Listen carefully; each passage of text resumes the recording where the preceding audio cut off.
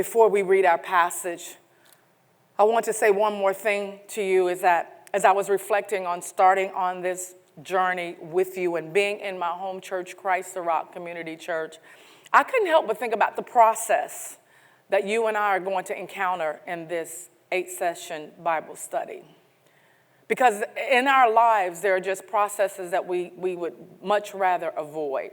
And in the midst of this season, this time of being able to teach this Bible study at Christ the Rock, there is a renovation taking place. And one of the renovations that has been one that has really caused people to have to do things differently, adjust schedules, adjust plans, is the renovation of the floors.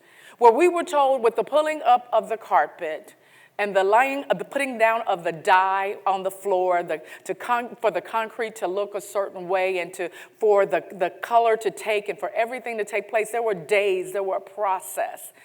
And while we were understanding and hearing all of this, there were days where we would walk into the sanctuary and there was a dust in the air.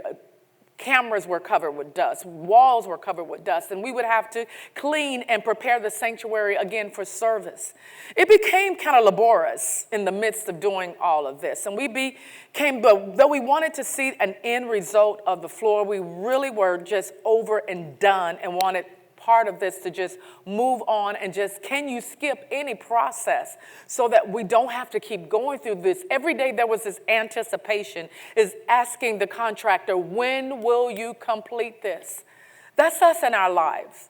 We want to avoid processes as well, and we want to ask the Lord, when can you complete this season or this time or this situation, this circumstance? When will it be over so I can move beyond this? When are you going to give me the blessing that I really desire? When is this going to be fulfilled in my life? When are you going to answer this prayer? And he's saying to you, he's saying to me, you cannot avoid the process.